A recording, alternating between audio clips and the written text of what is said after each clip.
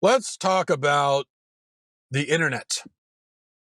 The internet is a dreary, garbage-strewn wasteland populated by barely sentient trolls and zombies. The internet is a portal into the darkest, foulest, most disgusting recesses of the human soul. The internet is, I'm convinced, a blight on mankind. The internet is certainly a net negative for the human race. There are some positive aspects to it, but the positive aspects are so vastly outweighed by the negative that it's almost embarrassing to bring up the positives at this point. It's embarrassing to look at all of the destruction this thing has wrought on mankind and to say, well, yeah, but it helps me stay in touch with my friends and family. And yes, I say this as a person on the internet who uses the internet to make a living.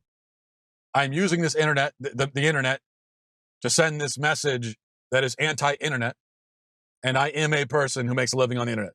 I understand all that, okay? I understand the irony. You may even call me a hypocrite. Maybe I am a hypocrite. I hope I'm not. I'm not trying to be.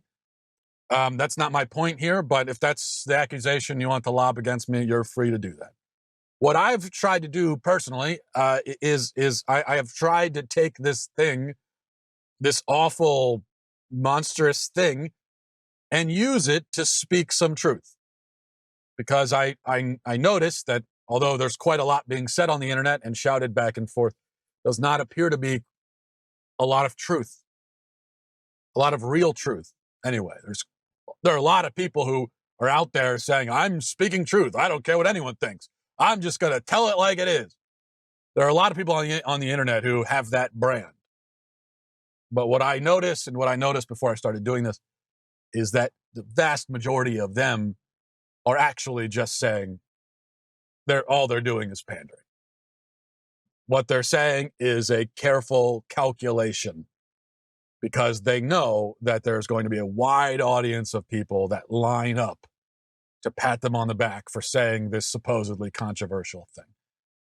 And so I noticed that, and I said, well, maybe I should get on here and try to say some things that perhaps most people actually will not say. That's been my mission and what I feel called to do. And I hope that I've had some success in that regard. That's up to you to decide.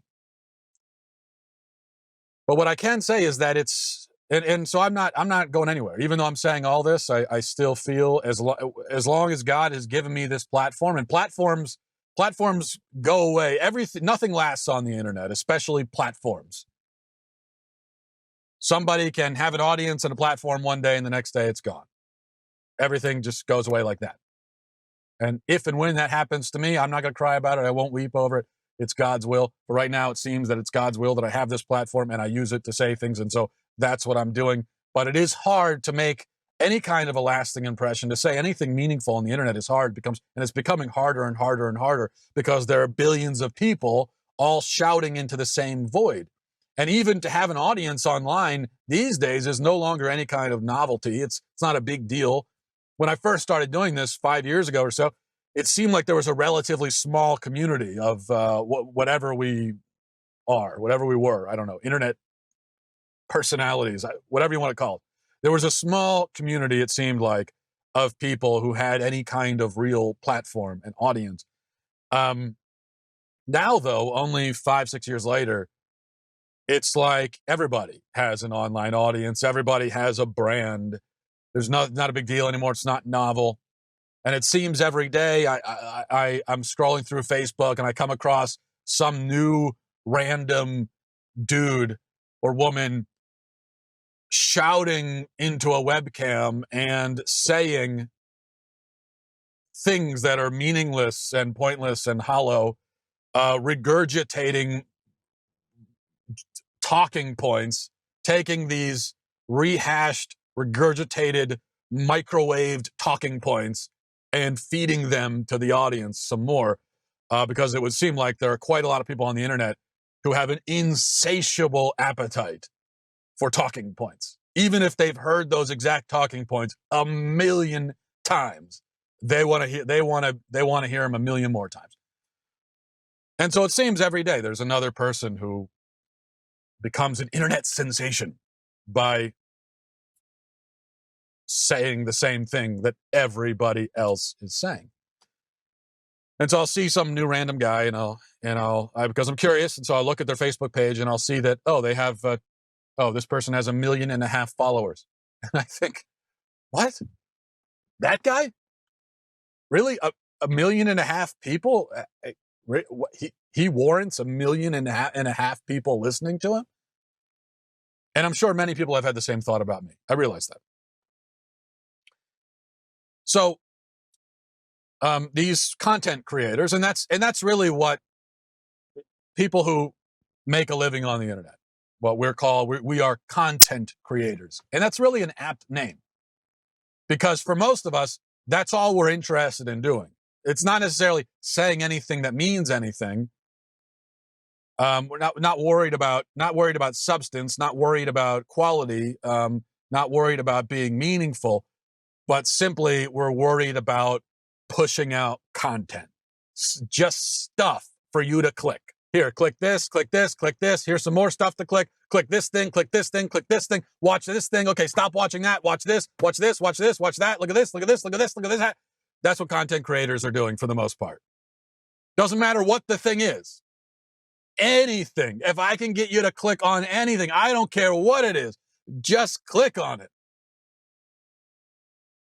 It's like, imagine if you were at 7-Eleven or something and you went to the refrigerated section where all the bottled drinks are, and you saw a bottle, some nondescript bottle, and with some weird substance inside, some off-colored substance, and on the label it just said content. Okay, whoever made this bottle of whatever it is, they don't even care what's in the bottle. It's stuff. It's a substance. It is content. It is filled with something. Now here, drink it. Now, of course, you would never pick up that bottle and drink it, but on the internet, you do it all the time. On the internet, all the time, you are consuming content simply because it is content. And the content creators then are quite happy that the average American spends 25 hours a week online, in addition to his 35 hours a week of TV. So that's 60 hours a week all told. And that's a low estimate. 25 hours a week online. I know you're thinking the same thing that I thought when I saw that statistic. That sounds pretty low. But remember, this is average for all Americans. So 25 hours a week, that number is brought down considerably by the 65 and over crowd, who certainly are on the internet now more than they would have been even 5 years ago. But the grandparents and great-grandparents are bringing that average down. I think if we were to look at average time spent on the internet for people between the ages of 13 and, say, 45 or 50, that number is going to go way up. But on average, we're talking 35 hours a week watching TV, 25 hours a week online. That's 60 hours staring at screens. Almost every waking moment now, as human beings, we spend staring at screens. And that is not... Even though I need you to stare at screens so that I can make a living and feed my family, I am telling you, stop doing it. Stop living your life this way. It helps me, okay? It's to my advantage. So that there is no... I could have no ulterior motive in telling you to stop doing it, but I'm telling you to stop doing it because it's destroying you. It's destroying all of us. This is not a life, okay? This is not a human existence. A life spent doing this with your phone just... Okay, this is what life has become, just this.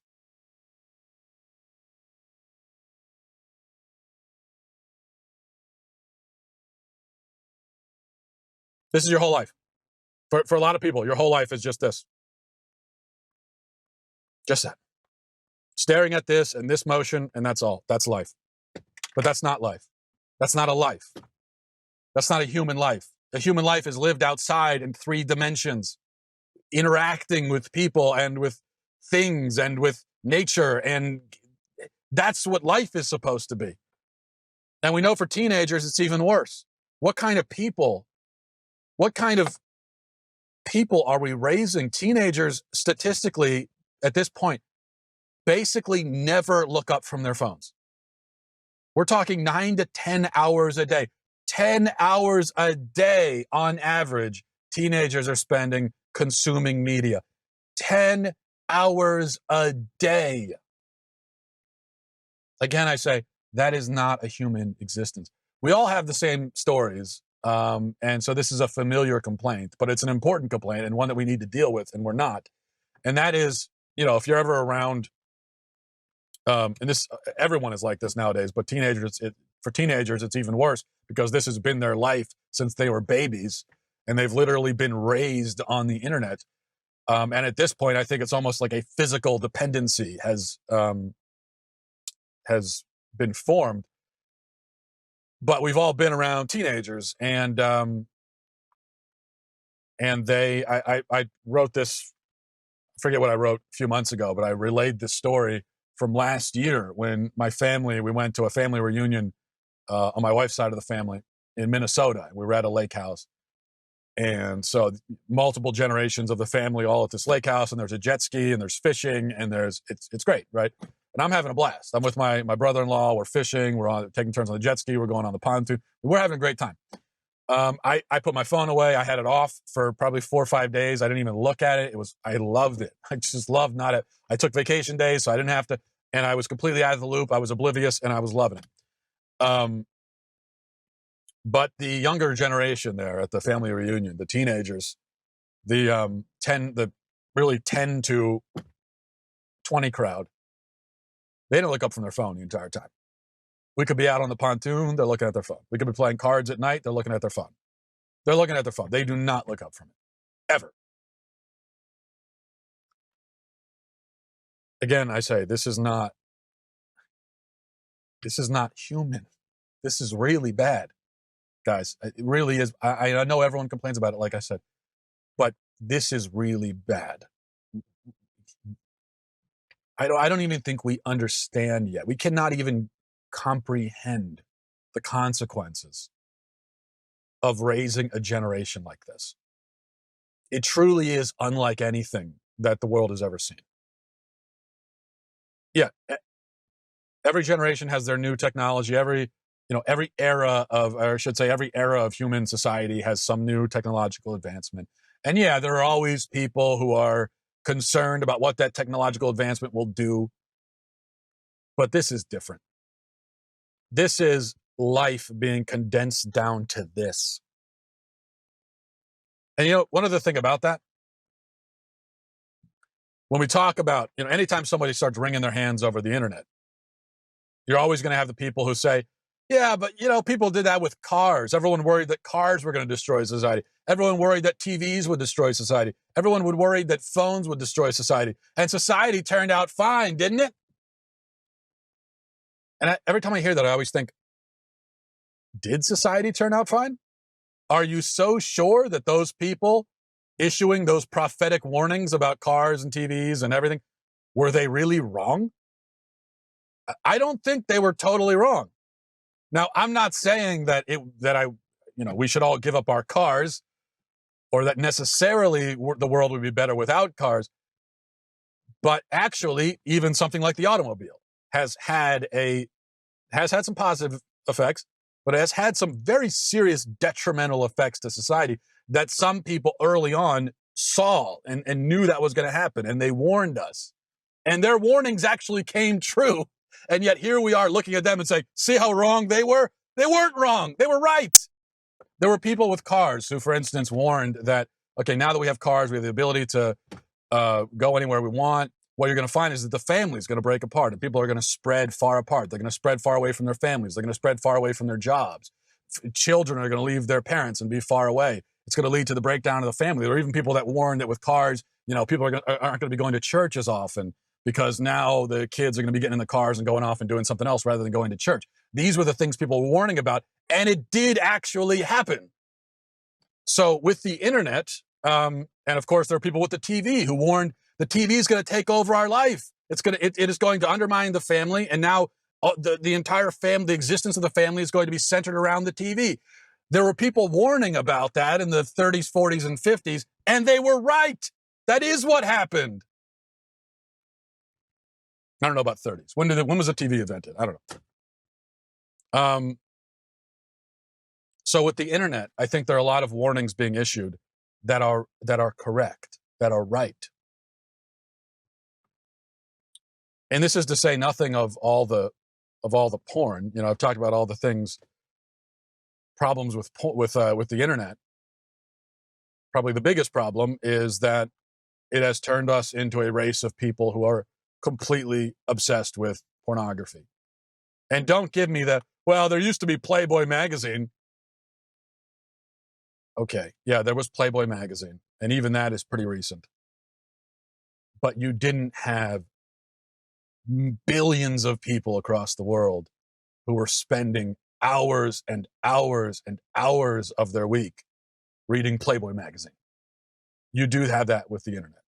To be precise, and this is just on one website, Pornhub. Pornhub, they release their statistics at the end of every year.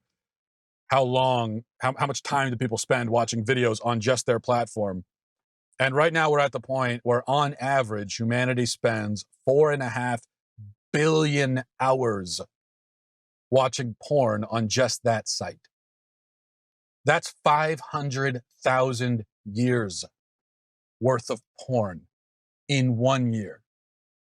That means that over the next decade, humanity will spend 5 million years collectively watching porn, and a sizable portion of that audience will be children.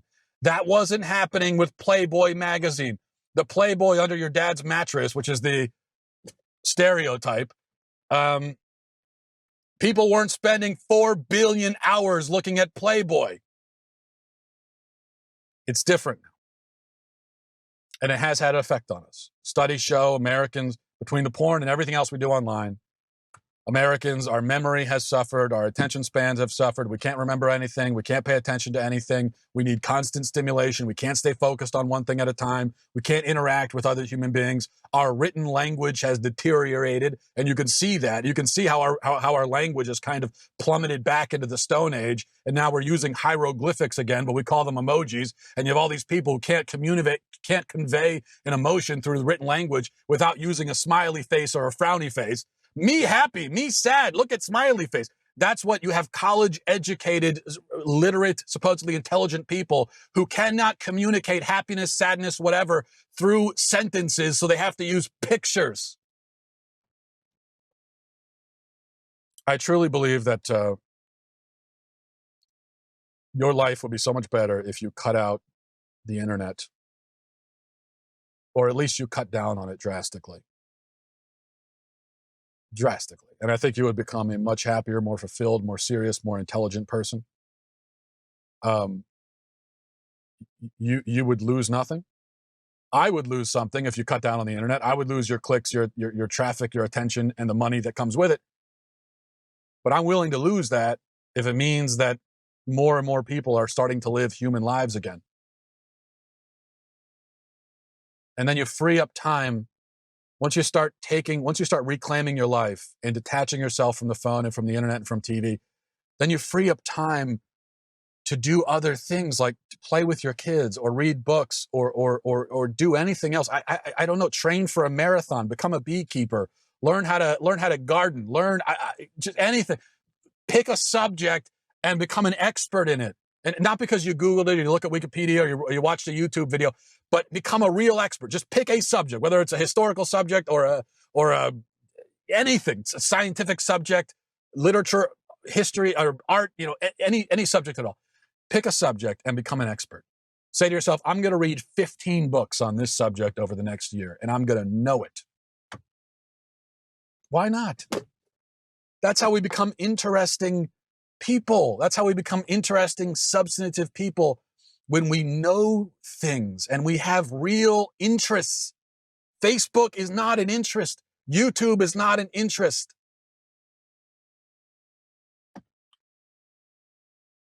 It's where we go when we have no interests.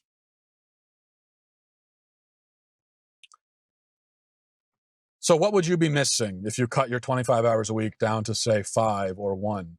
5 hours, I think, is a good, why not that? Let's do 5 hours a week.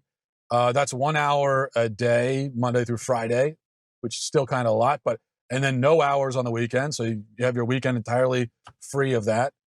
And I think that's great. That's moderation. That would be fantastic. That'd be a great start, wouldn't it?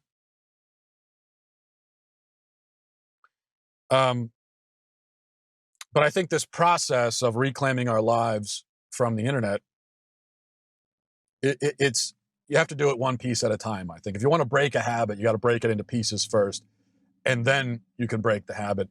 And so let's focus on, I think, if we're going to work on this together,